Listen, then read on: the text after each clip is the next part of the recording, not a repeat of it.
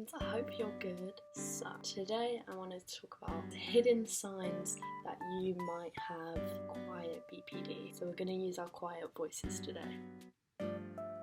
And I've done a video called like, what the fuck is quiet BPD?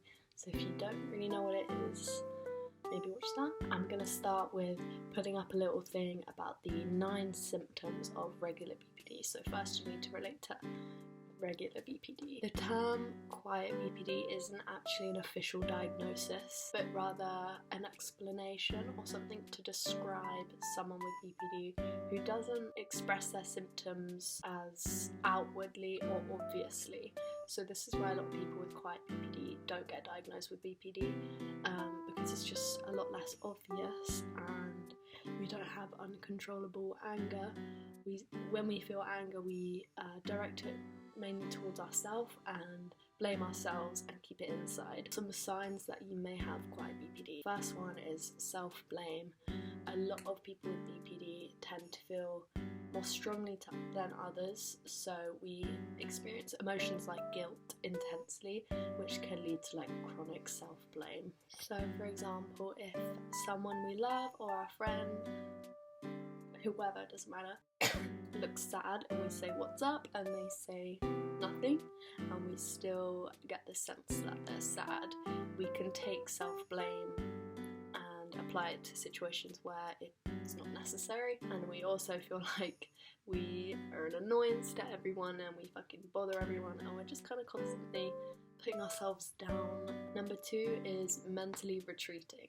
So when triggered, it's normal for people to like retreat inward, and if you constantly struggle with this, you're not alone. So many people who experience this. It is so inward, you are totally mentally retreating, having to deal with things like depression, anxiety, anger, frustration. For people with quiet BPD, it's so much easier just to mentally retreat. Yeah. Number 3 is quite similar to self-blame. Number 3 is beating yourself up. People with quiet BPD direct anger inward, and this can lead to chronic negative self-talk. Obviously, I encourage you to find a therapist if you're struggling with negative self-thoughts, because you can replace those thoughts with more loving ones. A lot of people with quiet BPD internally attack themselves, and our minds can kind of rip itself to shreds. So yeah, we'll beat ourselves up if we think we said something stupid, or it can be anything, literally anything. If we feel like we're annoying someone, negative self-talk is defo what's going on up here. Number 4 is being a people pleaser. People pleasing, otherwise known as called fawning, is a typical response to trauma. And I've done a video on how not everyone with BPD has experienced trauma. Like, I've never experienced it, but the majority of people with BPD have. So I think being a people pleaser kind of ties in with self-blaming. I don't know, I know a lot of people can relate to being a people pleaser. So number 5 is being afraid of emotional intimacy. You good? Yes. Sorry. So yeah, number 5 is being afraid of emotional intimacy, and this ties in with both fear of abandonment and isolation. I know a lot of people with quiet BPD isolate themselves. Fear of abandonment can cause people with BPD to retreat from relationships entirely because of fear of getting hurt. This can leave people with BPD isolating themselves and not, reaching out for help, not getting their support by their friends and family because, they feel like they're a burden. It's an irrational thought, but we feel it. I defo used to have a fear of emotional intimacy, but then also I'd crave it all the time, so I'm over it now, but it's a thing. Experiencing internal rage.